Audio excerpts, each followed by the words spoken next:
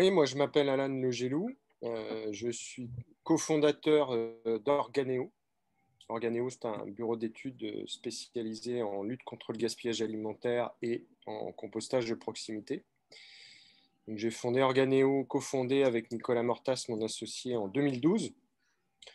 On a 2 établissements, on en a un en Île-de-France et un en région Grand Est, avec une équipe de 8 collaborateurs.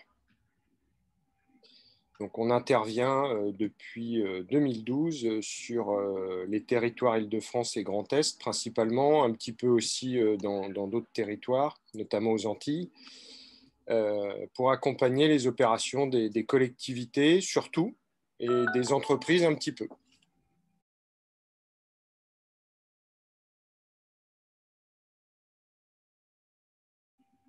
Alors, nous, on a commencé à faire de la formation de référents de sites un petit peu avant que sortent les référentiels ADEME. Alors, c'était de la formation qui était adaptée aux demandes des clients.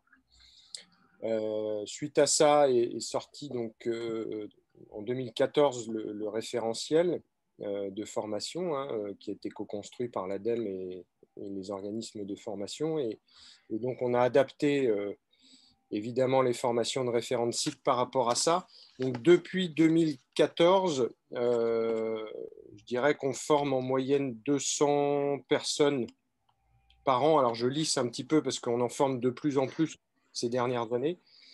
Là, on est sur un rythme 2021, on va être sur un rythme de 400 référents, je pense, à peu près, formés.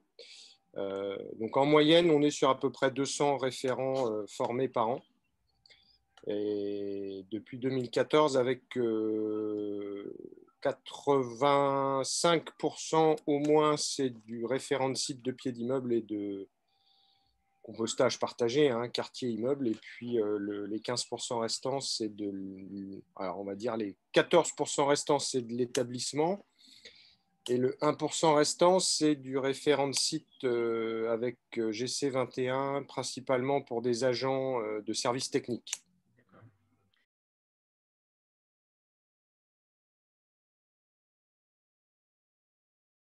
Alors, c'est variable, c'est surtout un jour. On essaye de privilégier ce format-là.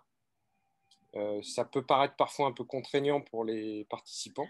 C'est un format qu'on essaye de privilégier parce que une fois qu'on a fait venir les gens, on aime bien aussi, comme on alterne entre théorie et pratique, on aime bien qu'ils puissent mettre en pratique tout de suite ce qu'ils ont appris au niveau de la théorie. Il arrive qu'on fasse pour certains clients en 2 fois une demi-journée, mais on constate que c'est plus compliqué de faire revenir les participants sur la deuxième demi-journée.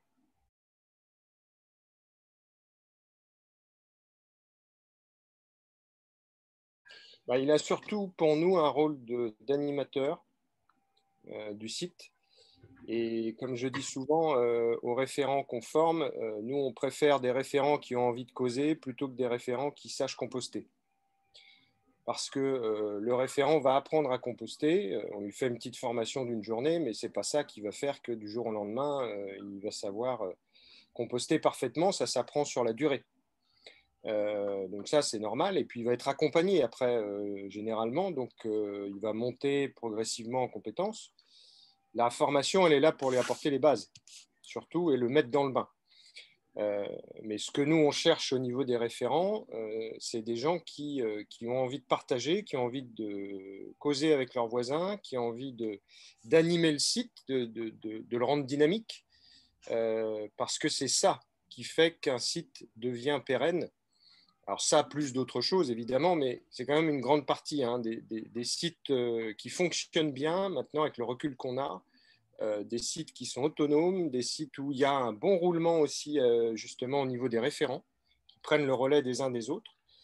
C'est des sites où on a des référents qui sont des vrais animateurs, qui ont envie de partager, qui ont envie de transmettre.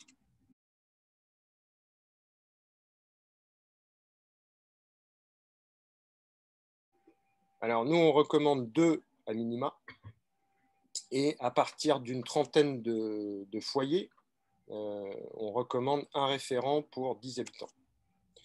Ensuite, il y a des sites qui sont des résidences, des grandes résidences où il y a plein de bâtiments qui sont un peu éparpillés dans un grand espace vert. Et dans ce cas-là, on préconise aussi d'essayer d'avoir un référent par bâtiment. Parce que pour une question de proximité entre les habitants.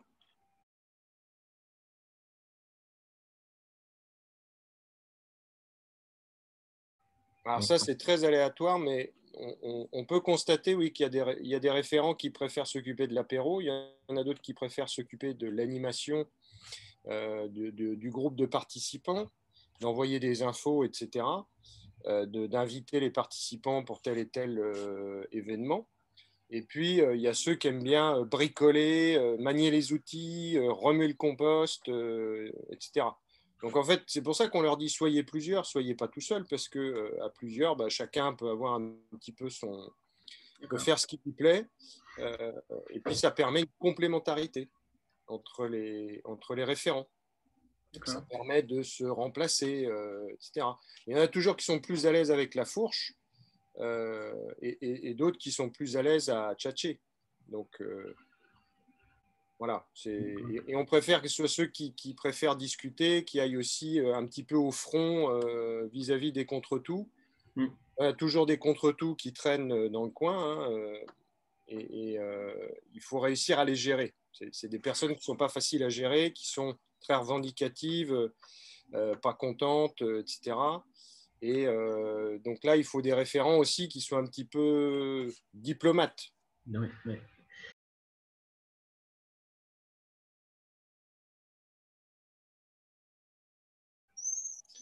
Bon, on a des préconisations assez classiques de distanciation du matériel par rapport au bâtiment, etc. Après, je dis souvent aux référents, quand on va les voir au moment du diagnostic, avant d'installer le site, je leur dis souvent, nous, on ne va pas vous dire où il faut le mettre. On va vous dire où il vaut mieux pas le mettre. Après, le matériel, ce n'est pas nous qui en décidons, puisque c'est du matériel qui est fourni par les collectivités. Alors, la qualité du matériel tend à s'améliorer un petit peu avec le temps. Il y a de la signalétique maintenant qui est très souvent présente. Ceci étant, l'emplacement final, c'est les référents, enfin, c'est les habitants qui vont le décider. Et nous, on leur aura dit avant où il vaut mieux pas l'installer. Par exemple, il vaut mieux pas l'installer à côté du local poubelle, même si ça peut paraître pratique de descendre ses poubelles et son bioseau en même temps, parce que passer un petit moment convivial, boire un coup à côté des poubelles, c'est pas sympa. Et puis le contre-tout risque aussi d'avoir envie de balancer ses poubelles dans le composteur, ce qui n'est pas le but. Donc on essaie de trouver des endroits sympas, évidemment, mais ça, c'est les habitants qui connaissent leur résidence, qui connaissent leur lieu de vie et qui vont nous dire, ouais, mais là, c'est l'endroit où on joue aux boules. Ouais, mais là, c'est l'endroit où les gamins jouent au foot. Et du coup, on va discuter avec eux et puis essayer d'identifier un, deux ou trois emplacements potentiels et après, ils vont choisir. Sur l'intégration, si on constate que dans la résidence, c'est un petit peu tendu, qu'il y a quand même pas mal de réticences, on va évidemment faire en sorte qu'il ne soit pas trop visible. On va essayer de l'isoler un petit peu, de le cacher. Dans d'autres cas où il y a justement une très bonne entente entre les habitants, c'est plutôt sur les petites résidences d'ailleurs, là on va faire en sorte qu'il soit visible pour qu'il y ait un maximum de gens qui participent, en tout cas qui le voient et qui s'y intéressent.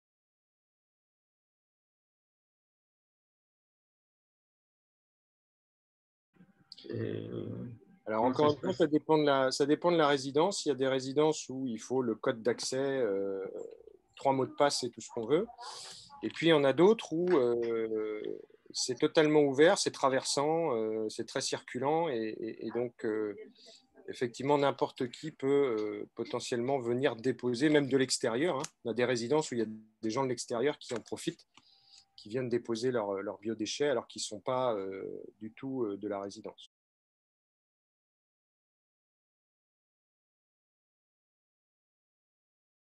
Alors, il y a des sites où, comme je disais tout à l'heure, il y a déjà des tensions avant qu'on arrive. Le compostage, même si on essaye de faire en sorte qu'il n'en rajoute pas, va quand même être source de tension à un moment donné, parce que s'il y en a un qui est pour, le contre-tout va être contre. parce que l'autre est pour, voilà, juste par principe, hein, un peu comme au Parlement. Même si c'est une bonne idée, il va être contre quand même. Donc, ça crée des tensions, ça ralentit parfois les actions, notamment en assemblée générale. Ça rajoute une petite couche de, de, de divergence. Bon. Après, il y a des sites où on a eu des dégradations une fois installés parce que soit c'est considéré par des gens qui n'ont rien d'autre à faire comme un nouveau jouet et donc ils viennent voir ce que c'est, puis ils démontent le truc, ils cassent, ils montent dessus, etc. On a eu des composteurs qui ont été brûlés une nuit d'Halloween. Voilà. Quelqu'un a réussi à mettre le feu à un composteur qui était pourtant bien rempli de matière, hein, mais ils ont dû préparer leur coup. Y a des composteurs qui ont dû être enlevés parce que les habitants n'avaient pas écouté nos recommandations quant à l'installation, et donc trop près des bâtiments, et donc des moucherons, des plaintes, etc. Quand ça remonte jusqu'à la mairie et parfois plus haut, on se dit, bon, c'est peut-être pas la peine non plus d'en faire un scandale d'État, donc il vaut mieux démonter. Voilà. Puis il y a des endroits où au début on a des référents, ils sont motivés, puis les référents s'en vont, ou alors ils souhaitent passer le relais. Il n'y a personne derrière.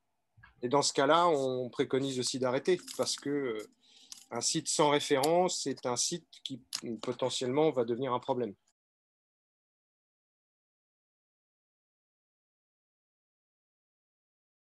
Alors nous, on leur demande d'essayer de... Déjà, on demande aux participants et on recommande aux référents de demander aux participants de bien étaler leurs apports et de rajouter de la matière sèche, hein. Il faut que ce soit les participants qui fassent ça. Ensuite, les référents, on leur dit, dès que le composteur est rempli à peu près à un tiers, eh bien, vous allez venir remettre tout ça avec votre brasse-compost, avec votre fourche, avec ce que vous voulez. Vous vérifiez dès qu'il y a un tiers, à peu près 30 cm de matière dans le bac qui est rempli. Et puis, dès qu'il y a un nouveau tiers qui est rempli, vous recommencez. Voilà, jusqu'à ce que ça soit plein. Et quand c'est plein, on programme un transfert, enfin un petit peu avant que ce soit plein. Mais on leur demande de faire ça voilà, à peu près 2-3 fois pendant que le bac d'apport se remplit. Ça permet de leur faire prendre des bonnes habitudes, on va dire. Parce que là où justement on a constaté que les référents ne le faisaient pas, qu'ils attendaient que le bac d'apport soit plein, au moment du transfert, c'était quand même moins sympathique. C'était quand même plus compliqué, il y avait beaucoup plus de boulot, avec de la matière qui n'est pas très agréable à manipuler parfois parce que n'était pas bien équilibré. Et donc, quand ils veulent faire venir des participants pour faire le transfert, parce que c'est mieux à plusieurs, ils ont du mal à recruter parce que les gens, ils sont venus une fois, ils ont vu que ça pue, que ça dégouline, qu'ils en ont eu plein les godasses, et la fois d'après, ils n'ont plus envie de venir.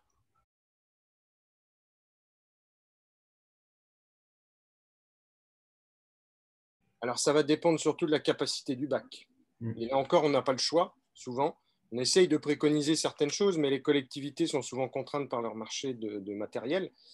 Et donc, il y a des gros sites, oui, où là, il va y avoir parfois des transferts tous les mois. Oui. Alors, ça fait beaucoup. Et dans ce cas-là, on a deux possibilités. Soit on rajoute un deuxième bac d'apport pour faire un petit peu tampon et éviter de faire des transferts tous les mois. Soit on préconise, si la résidence est grande, d'installer un deuxième site pour un peu plus loin pour répartir le volume de déchets. D'accord.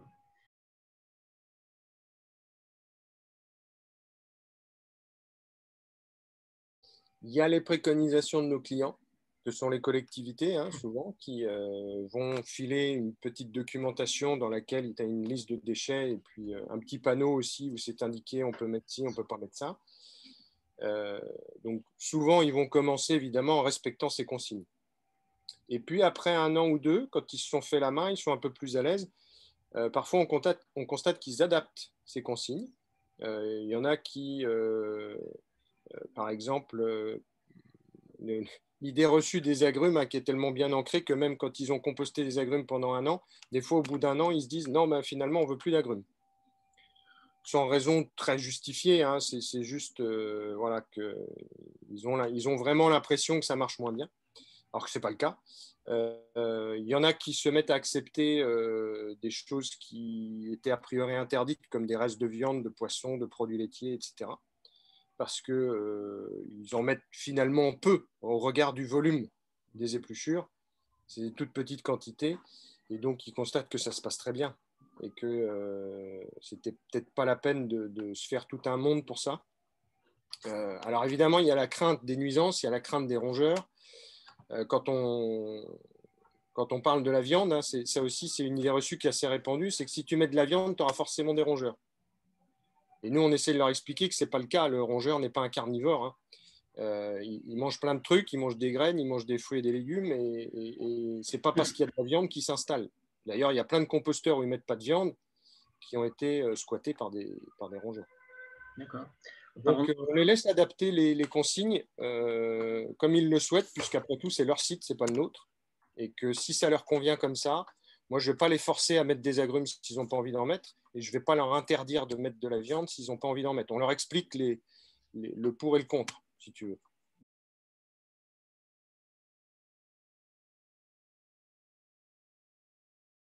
Alors là aussi, ça dépend du matériel et ce n'est pas nous. Il y a certaines collectivités qui fournissent des composteurs avec des grilles. Il y en a qui rajoutent des grilles plus tard. Il y en a qui n'ont pas de grille, il n'y a pas de grille du tout. Hein. Et alors nous, l'expérience qu'on a aussi vis-à-vis de ces systèmes anti-rongeurs, c'est qu'il n'y a pas de système anti-rongeur miracle. Et notamment les grilles anti-rongeurs, elles ont montré leurs limites parce que si le rongeur ne peut pas rentrer par en dessous, il va rentrer par le côté, il va monter le long du composteur, il va soulever le couvercle, enfin il va trouver un trou, il va faire un trou s'il faut, et il va rentrer. Donc ça peut les freiner, ça peut les ralentir, mais ce n'est pas efficace à 100%. C'est quand même un investissement assez conséquent. Là, pour nous, et c'est ce qu'on communique aux références, c'est qu'en milieu urbain dense, il y a des rongeurs, et il y en aura encore sans doute pendant très longtemps. Hein, il y en a qui disent qu'à Paris, il y a plus de rats que de Parisiens. Donc il y a des rongeurs, ils sont là, il faut vivre avec. Ce qu'il faut éviter, c'est qu'ils squattent trop souvent et de façon trop nombreuse les composteurs, parce que ça peut gêner, ça peut effrayer, évidemment. Donc, on essaye d'expliquer aux référents et aux habitants que les rongeurs sont là, à nous de leur faire comprendre qu'ils ne sont pas les bienvenus dans les composteurs. Voilà. Donc, le rongeur, pourquoi il s'installe? Parce qu'il y a le gîte, il y a le couvert et il y a le chauffage en hiver. Donc, il aurait tort de se priver. Par contre, si on lui fait comprendre qu'il n'est pas le bienvenu en le dérangeant régulièrement, je dirais que dans la moitié des cas, on arrive à s'en débarrasser. D'accord. Et dans l'autre partie? Et dans l'autre partie, ça va, ça vient. Donc, il y en a qui s'y sont faits, qui ont considéré que les rongeurs étaient là, et puis qu'après tout, tant que personne ne s'est fait sauter dessus par une bestiole, il n'y a pas mort d'homme. Il y en a d'autres qui sont passés par des services de dératisation. Il y en a d'autres qui ont installé des pièges. Voilà. Et puis, il y en a qui ont arrêté à cause des rongeurs. Ouais, ça aussi, c'est une cause d'abandon quand ça devient trop problématique. Il y a des sites, effectivement, qui ont arrêté à cause des rongeurs.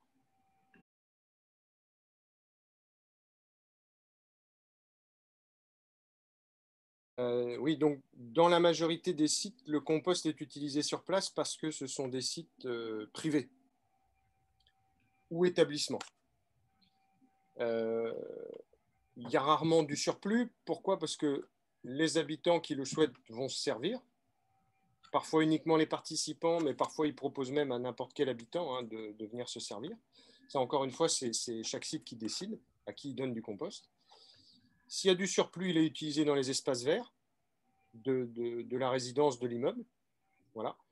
Au pire, il y a un des participants qui est aussi membre d'un jardin partagé ou d'un jardin communautaire. Donc, si vraiment il y en a que personne ne veut, il va l'embarquer et puis il va l'amener sur son jardin partagé.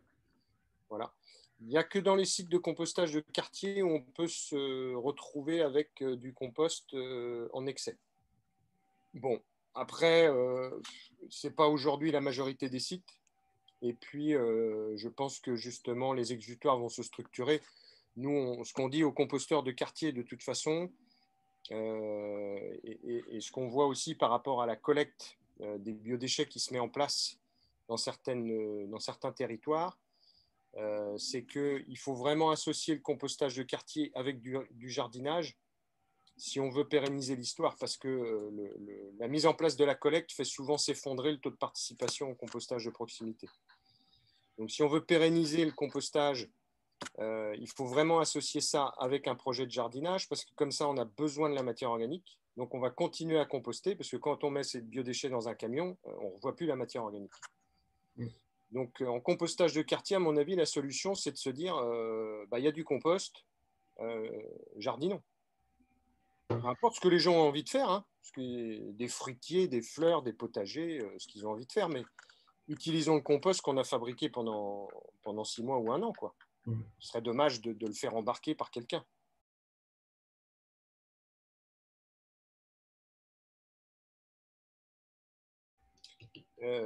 C'est mixte, ouais, c'est très aléatoire là aussi parce que ça dépend des sites, ouverts ou fermés, quartier ou résidence. Alors, établissement, il n'y a pas trop de problème parce qu'ils ont souvent un local technique, un local à outils, etc. En résidence, parfois c'est laissé sur place parce que c'est petite résidence, tout le monde se connaît, on a confiance, il n'y a pas de vol, etc. Parfois c'est les référents qui vont mettre ça dans leur cave ou qui vont mettre ça chez le gardien pour les outils hein, qui sont parfois achetés ou parfois fournis par la collectivité aussi. Et en quartier, il y a souvent ce qui est un petit cabanon qui est prévu pour stocker les outils. Voilà. Mais ce que nous on recommande de laisser sur place, c'est la petite griffe pour étaler ses apports, c'est la petite pelle pour prendre un peu de matière sèche. Voilà. Il y en a qui laissent aussi les fourches, il y en a qui laissent aussi, comme je disais, les brasses compost, etc. Et puis, il y en a qui préfèrent les ranger pour éviter que ça soit volé ou pour éviter qu'il y ait des gamins qui se mettent à jouer avec et qui se blessent.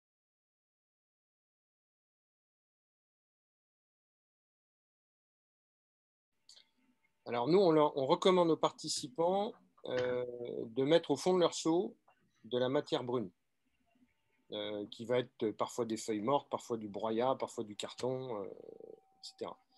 On leur dit, une fois que vous avez vidé votre seau, mettez au fond de la matière brune parce que ça va vous faire un petit tampon au fond, absorber les jus, etc. Donc limiter les odeurs et tout ce qu'on veut. Et puis quand on vide son seau la fois d'après, ça sort plus facilement. Ça ne colle pas au fond, quoi. Il doit y en avoir quelques-uns peut-être qui font ce mélange à la maison, mais c'est souvent avec du carton. Ils rajoutent du carton au fur et à mesure. Je n'ai pas entendu dire qu'ils faisaient ça, qu'ils remontaient avec un sac de feuilles ou de broyat pour faire leur mélange directement. D'accord. Donc, par contre, ce qu'on leur dit, c'est de mettre au fond du seau, oui, une petite couche de matière sèche.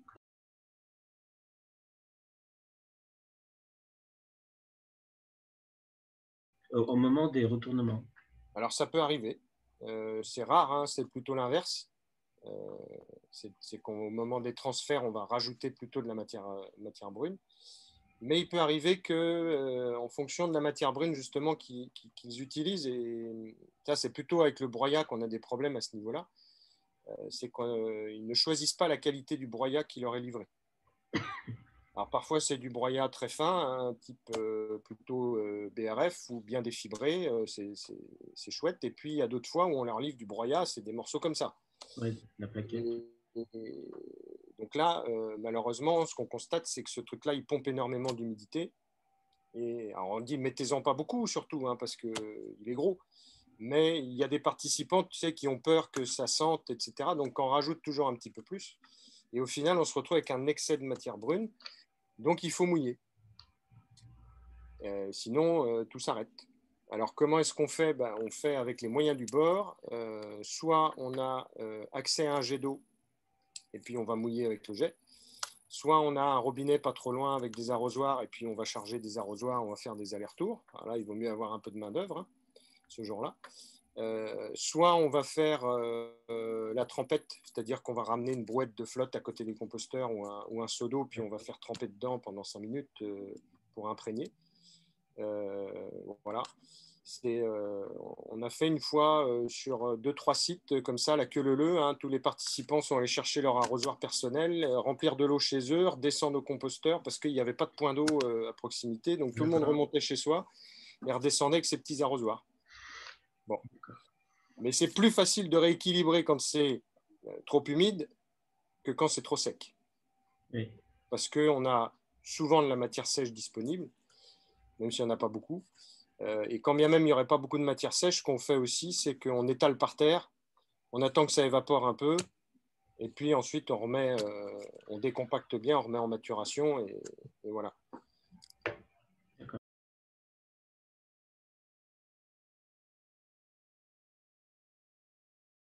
Alors, il faut pouvoir créer un réseau de référents de sites. Alors, nous, c'est quelque chose qu'on recommande aux collectivités avec lesquelles on travaille, mais ce n'est pas dans les marchés qu'elles publient. Très rarement. Un réseau de guides composteurs ou de référents, on n'en parle quasiment pas. Enfin, on ne voit pas ça. Or, effectivement, le partage d'expérience, nous, on le voit quand on fait des formations, parce qu'on fait des formations où on va avoir des référents de 5 ou 6 sites différents qui viennent. Et du coup, les gens discutent entre eux et disent comment tu fais chez toi? Ah ouais, puis nous, notre résidence, elle est comme ci, comme ça. Je pense qu'on va faire comme ci, comme ça. Et ils aiment beaucoup partager. Et ce qu'on dit aux collectivités, c'est qu'il faudrait entretenir ça.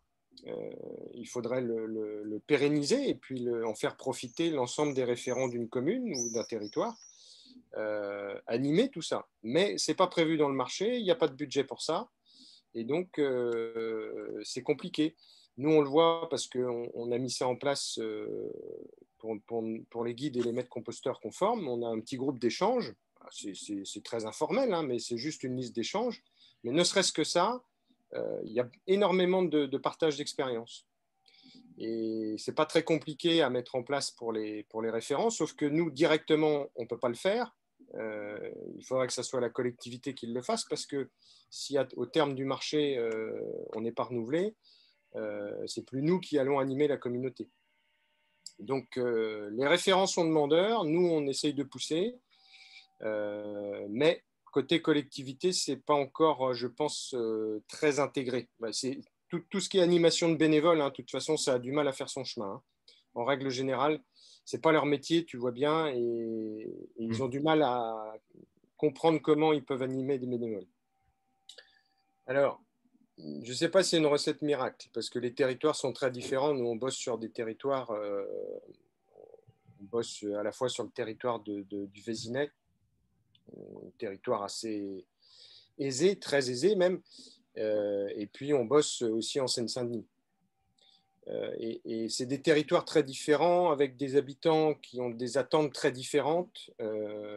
Voilà, certains vont rester plutôt entre eux, pas trop aller se mélanger à l'autre bout de l'agglomération avec d'autres communes qui n'ont rien à voir avec la leur. Il y en a d'autres qui sont friands d'aller voir ce qui se fait sur d'autres territoires ou dans d'autres communes. Donc, je ne suis pas sûr qu'il y ait une recette miracle. Et là, il faut connaître le territoire pour savoir un petit peu comment il fonctionne, comment les communes travaillent entre elles, etc. Est-ce qu'il peut y avoir des synergies? Il faut aussi avoir à l'esprit qu'un référent n'est pas un référent toute sa vie. C'est contrairement à un professionnel qui va faire ce métier peut-être pendant plusieurs années, un référent, lui, au bout d'un an, il peut dire, moi, ça y est, j'ai fait mon temps, au suivant, quoi. Donc, ça, nous, on en parle dès le début. Et là, je pense qu'une animation d'un réseau de référents permettrait aussi de faciliter la transmission, d'intégrer des nouveaux référents dans le groupe progressivement, de faire du partage d'expérience des anciens avec les nouveaux, du parrainage ou je sais pas comment du compagnonnage, enfin bref. Tout ça sous le chapeau de la collectivité, hein, qui aurait du coup aussi une meilleure vision de ce qui se passe au niveau de son réseau de référents, voilà, qui s'assurerait d'un turnover de qualité.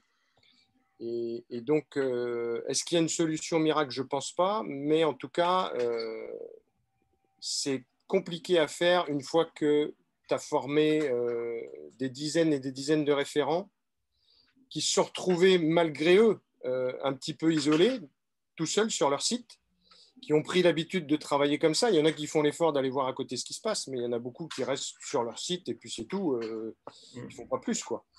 Donc, le faire au début, ça me paraît pas compliqué. Le faire une fois que tu as lancé le truc depuis plusieurs années, qu'il y a des dizaines et des dizaines de référents, dont on ne sait pas toujours d'ailleurs s'ils sont encore actifs sur des sites qui sont autonomes depuis plusieurs années. parce que là aussi, le réseau de référents pourrait contribuer à réactiver des sites un petit peu fatigués. Là, la collectivité ne fait pas toujours l'effort d'aller voir ce qui se passe sur les sites autonomes. Est-ce que les référents sont encore là, tout ça? Mais ça plaide pour un accompagnement technique des référents sur un site, mais aussi un accompagnement des référents sur plusieurs sites dans la durée pour animer avec des objectifs un peu complémentaires, quoi. Ouais, mais c'est un vrai boulot, enfin, tu le sais. Hein, Ouais. nous, on n'est pas payé, dans le cadre des marchés, on n'est pas payé pour le faire. On aimerait bien le faire, mais on n'est pas payé pour le faire. Et on avait proposé, je crois, une collectivité à un moment, de créer un groupe d'échange, voilà, comme on a pour nos guides et nos maîtres, juste une petite liste de diffusion. Ça nous avait été refusé parce que RGPD, parce que, enfin, il y a toujours une bonne raison. Hein. Malgré le fait qu'on ait les coordonnées de tous les référents, parce que nous, il faut qu'on échange avec eux. Voilà.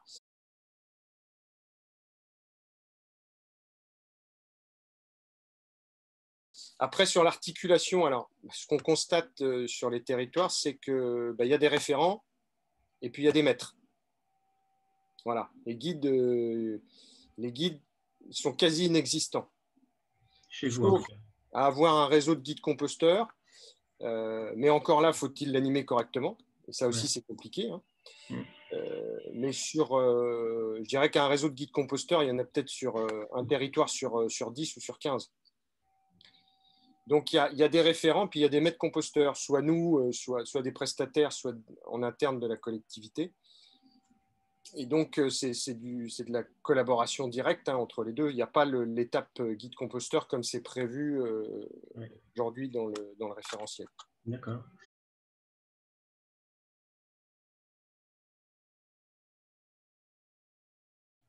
Alors, encore une fois, ça va dépendre du territoire, mais en Grand Est, on a beaucoup de territoires avec lesquels on a travaillé qui sont en redevance spéciale. Donc, la mise en œuvre n'est pas trop compliquée parce que tout de suite, ça calcule les économies, etc. Quand en plus on parle du gaspillage alimentaire avec ça, c'est bon, c'est vite vendu. La formation des référents, il faut des gens motivés, il faut des gens qui aient envie. Parce que ça passe rarement par la modification d'une fiche de poste. Et là, il y a une vraie réflexion à avoir, à mon avis, encore une fois, pour les collectivités, que ce soit les départements, les régions ou les EPCI, il y a une vraie réflexion à avoir sur si on se lance là-dedans, comment on fait pour que ce soit pérenne. Parce que, il faut de l'accompagnement. Oui, alors il y a l'accompagnement, mais on sait qu'on ne peut pas accompagner un site pendant 10 ans. Il y a une réflexion à avoir, à mon avis, sur la ressource humaine, justement, qu'on va consacrer à ça, soit en interne, il en faut en interne, mais à mon avis, pas que. Il faut aussi que ces projets ils soient montés en partenariat avec d'autres acteurs du territoire, parce que de toute façon, le référent, à partir d'un certain volume de déchets, il ne peut plus gérer. Des acteurs je vais dire de l'insertion, par exemple, hein, qui sont amenés souvent à intervenir dans l'entretien d'espaces verts, les faire monter en compétence sur la gestion des composteurs d'établissement. Ça ne serait pas très compliqué. Ça leur amènerait une nouvelle corde à leur arc. Et puis, au moins, on pourrait, comme ça, sous forme de contractualisation avec ces structures-là ou d'autres, pérenniser des opérations. C'est-à-dire alléger la tâche des référents d'établissement, un petit peu, et en contrepartie, créer de l'emploi et de la compétence pour d'autres acteurs du territoire.